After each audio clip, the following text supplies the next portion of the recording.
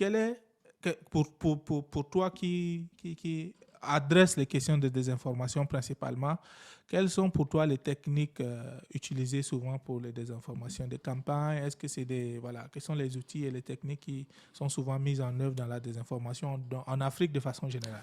Je pense que tu as déjà, dans ton introduction, tu as déjà tout dit, tout répondu à la question. Aujourd'hui, par exemple, dans le Sahel, il y a une vaste campagne de désinformation.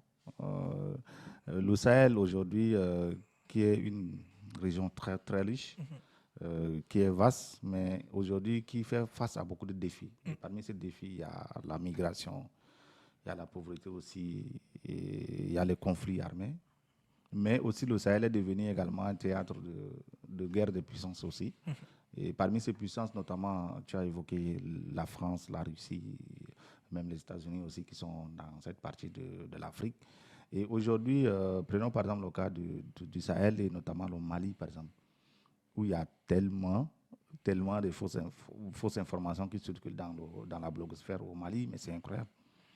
C'est incroyable parce que moi, si c'est normal, chacun a son idéologie, hein, chacun est libre.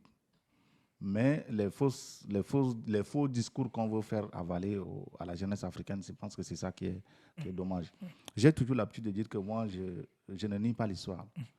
Je ne nie pas qu'il y a eu la colonisation, l'esclavage, c'est des faits.